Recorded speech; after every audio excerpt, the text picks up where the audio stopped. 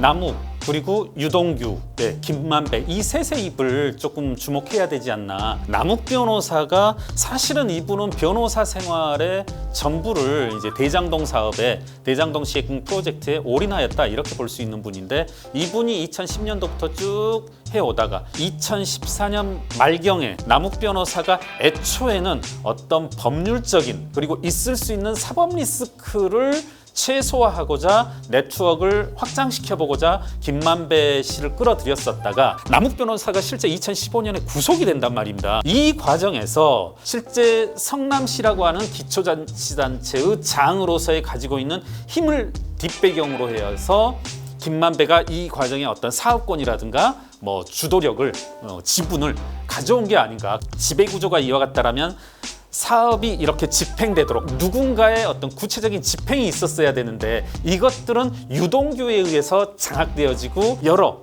동업자들의 있을 수 있는 변심들을 눌러가면서 실행하는 건 이제 유동규 전 본부장의 역할이 아니었나 이렇게 이제 저는 추정합니다. 대장동과 관련된 주요 의사결정에는 모두 정진상 씨가 있었거든요. 정진상의 의사결정이 곧 이재명의 의사결정이고 이재명의 의사결정이 곧 정진상의 의사결정이라고 말할 수 있을 만큼 둘은 한 몸이지 않나 이런 생각을 합니다. 지금 민주당 공보국인가요? 공보국의 해명을 보게 되니까 2019년 3월에 계좌에서 1억 5천 인출했고 10월에 5천만 원 인출했고 그리고 어머니가 돌아가셨을 때 부의금까지 합쳐서 이렇게 3억 2천 조성됐다가 이번에 그러니까 횟수로 따지면 2년이 지나서 인출했다는 건데요. 어느 누구도 이 인출액과 이번에 입금한 1억 5천이 맞물렸으리라고는 생각하지 않을 겁니다. 이 둘은 전혀 별개의 사건이라고 해야 되겠죠. 저는 왜 이 돈들이 2019년, 2020년에 이제까지 누구도 신고하지 않은 금액 현금 3억 2천을 신고하였는지 저는 일종의 알리바이일 가능성이 있다. 저는 분명히 꼬리표가 다른 현금을 조성 후에 이것을 입금하는 방법으로 리스크를 해소하려고 했다. 이렇게 봅니다. 아직 이재명 대표 측으로부터 별다른 연락은 받은 바 없습니다. 오히려 이재명 대표가 전화하면 한번 밥 먹자 그러면 알겠습니다. 했을 가능성이 클 것 같아요. 반갑습니다. 김경률 회계사라고 합니다.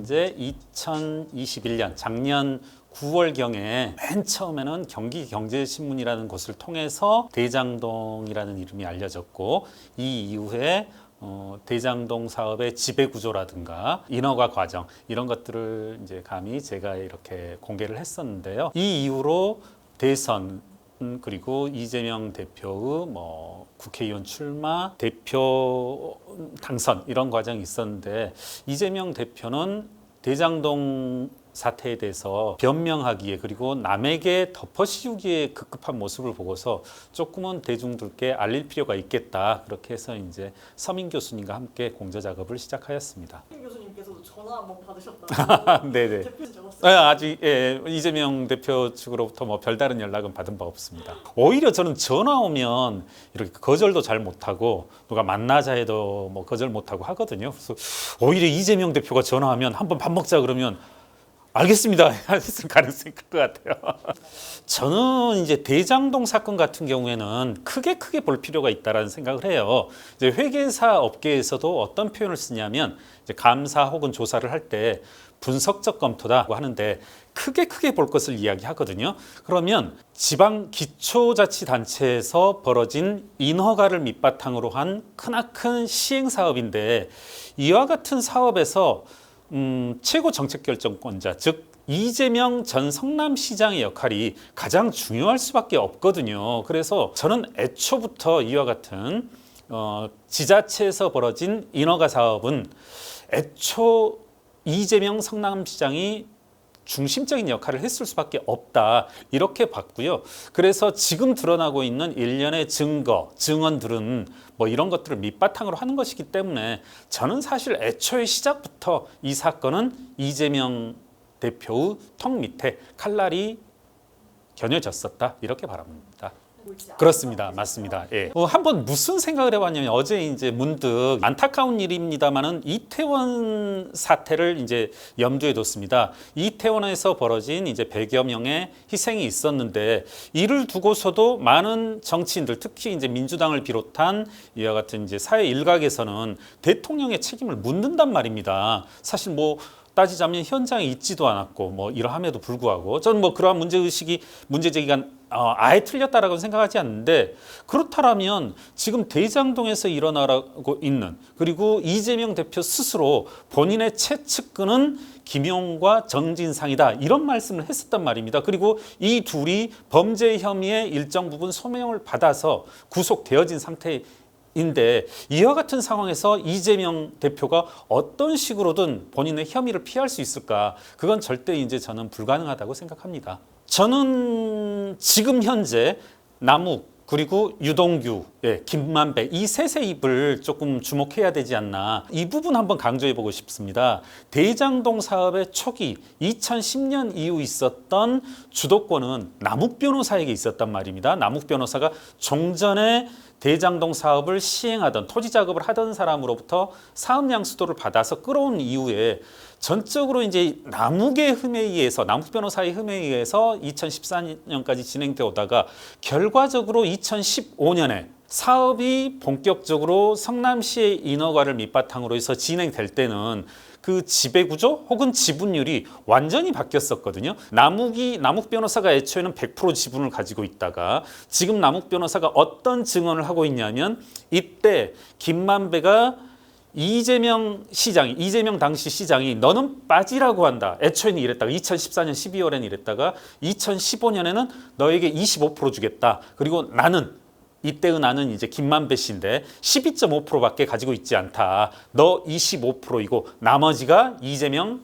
시장의 지분이다. 이런 말들이 나오고 있는데 이게 사실은 여러 가지 우리가 서류를 밑바탕으로 한 이런 그 증거들과 일치하는 발언이거든요. 그랬을 때 여러분들은 남욱과 유동규의 발언을 좀 주목하라 이런 말씀을 부탁을 드리고 싶습니다. 남욱 변호사가 사실은 이분은 변호사 생활의 전부를 이제 대장동 사업에 대장동 시행 프로젝트에 올인하였다 이렇게 볼 수 있는 분인데 이분이 2010년도부터 쭉 해오다가 여러 가지 관이라든가 그다음에 정치권 뭐 지주 작업 이런 것들을 쭉 해오다가 2014년 말경에 김만배 씨가 이미 이제 친분은 김만배 씨와 있었으나 구체적으로 이제 사업이 들어갔을 때는 원희룡 건설교통부 장관이 되게 재밌는 표현을 썼었죠. 사설법무법인이다 이런 표현을 썼었는데 이 사설법무법인의 한 명 한 명 변호사들이 대개는 네트워크가 이 수원지청을 중심으로 이루어진단 말입니다. 그래서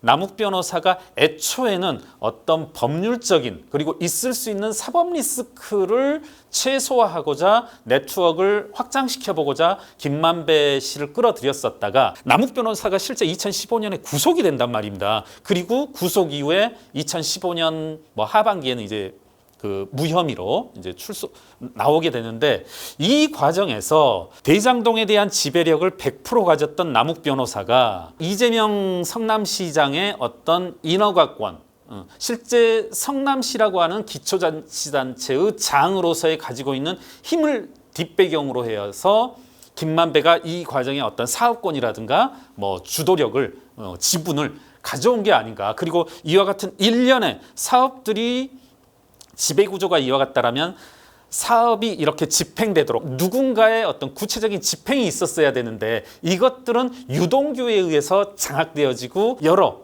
동업자들의 있을 수 있는 변심들을 눌러가면서 실행하는 건 이제 유동규 전 본부장의 역할이 아니었나 이렇게 이제 저는 추정합니다. 제가 사실 최근에 이제 많이 드는 비유이기도 하는데요. 저도 이제 회계사이다 보니까 이제 세무조사를 수임하다 보면은 맨 처음에 이렇게 피조사인 이분들이 예를 들어서 현금이 5억 혹은 2억이 오고 가는 경우가 있는데 이때 저 같은 경우 세무대리인은 뭐라고 하냐면 사장님 본인이 5억을 받으셨다라면 당신이 다 썼냐? 당신이 썼다라면 세무 서로부터 5억에 대한 세금, 뭐 4억, 뭐 6억 이걸 다 맞으시는 거고 당신이 이 5억을 받아서 누군가에게 전달하는 역할만 했다라면 이른바 이제 업계의 용어로는 도관이라고 하는데 그 사람을 밝히면 된다. 그럼 사장님은 5억 받아서 5억 전달해 버렸으니까 사실상 세무조사상의 어떤 혐의 내야 할 세금은 없습니다. 이렇게 하면 대개는 사건 처발에 뭐라고 하냐면 내가 사업을 접는 한이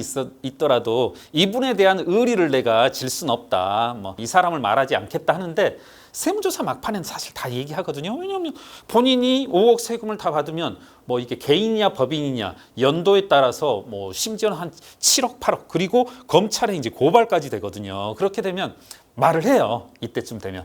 그래서 이제 이렇게 유동규 씨라든가 남욱 씨의 진술들을 이렇게 보면 그와 같은 이제 심리 상태가 똑같거든요. 이제 누가 뭐 내 대신에 감옥을 살아줄 것도 아니고 그리고 내가 이렇게 횡령이라든가 배임의 모든 혐의를 내가 왜 다 뒤집어 씌우냐 이제부터는 말하겠다 뭐 말려 죽이겠다 뭐 이런 표현까지 썼는데 이것이 단순하게 진술의 변화다. 그리고 뭐 아직도 뭐 구속된 지 별로 안 되는 정진상 씨라든가 김용 씨의 진술과는 상반되기 때문에 지켜봐야 된다. 마치 있을 수 있는 의견들의 충돌로 보는데 저는 저간의 어떤 사정들, 저간의 증거들과 비추어 봤을 때 남욱과 유동규 씨가 드디어 입을 열었고 이분들이 진실을 말하고 있는 것이다. 이렇게 이제 주장하고 싶습니다.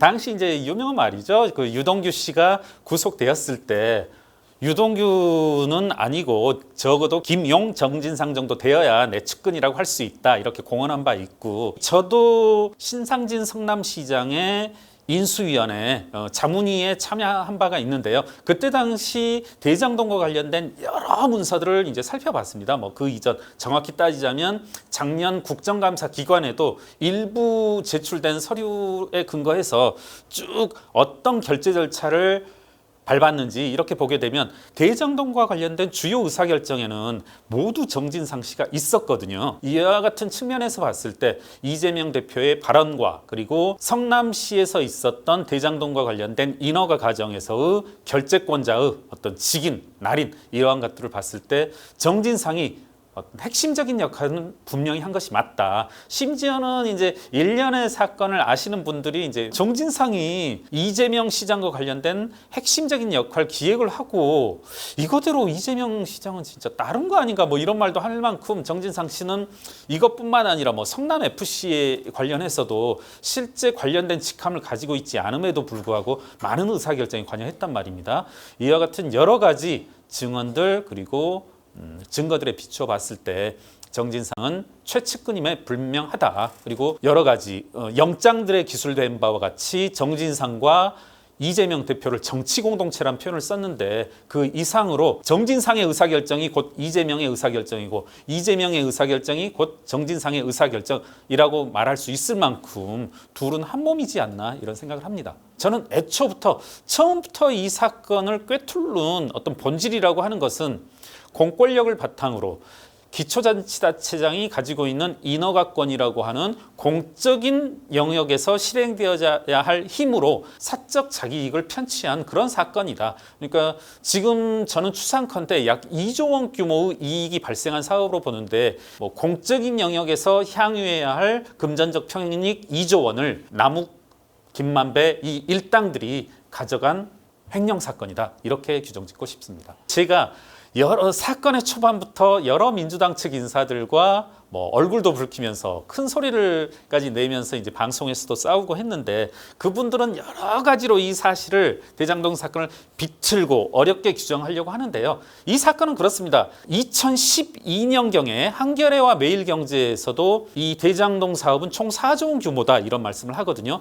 총 4조 원 규모의 매출이 추정되고 그리고 비용이 약 2조가량 드는 그러면 이익이 얼마겠습니까? 시청자 여러분 약 2조가량이 남는 거고 이 사건은 결국 이 2조를 쫓아가는 사건이다. 그리고 여러분 지금 계속 뭐 478억이다, 70억이다, 9억이다 이런 게 나오는데 2조에 비하면 아주 작은 금액이죠. 이제 자금의 흐름을 쫓아가게 되면 여러 사람들이 나올 수밖에 없는 단군 이래 최대 규모의 경제 사기 사건이다. 지금 나오고 있는 대장동 화천대유라고 하는 것은 택지 분양과 관련된 것이고요. 지금 아파트 분양과 관련된 것은 아직 뚜껑을 열지도 않은 여러분 한번 대장동 그리고 대동고 이렇게 검색해 보시면 이 아파트 분양과 관련된 여러분이 상상치 못할 사건들이 기다리고 있고, 이것은 자금 추적의 결과로 드러날 텐데 제 생각엔 빠르더라도 2년 정도 걸리지 않을까. 지금 민주당 공보국인가요? 공보국의 해명을 보게 되니까 2019년 3월에 계좌에서 1억 5천 인출했고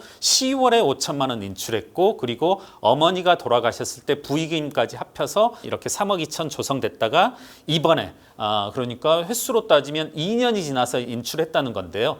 어느 누구도 이 인출액과 이번에 입금한 1억 5천이 맞물렸으리라고는 생각하지 않을 겁니다. 이 둘은 전혀 별개의 사건이라고 해야 되겠죠. 만약에 이재명 대표의 해명이 맞다라면, 민주당 홍보국의 해명이 맞다라면 농협에서 인출해서 1억 5천을 그대로 장롱 속에 2년 동안 있다가 다시 입금했다는 건데, 이재명 지사가 2012년인가 트위터에 썼더라고요. 장롱이 이자를 줍니까?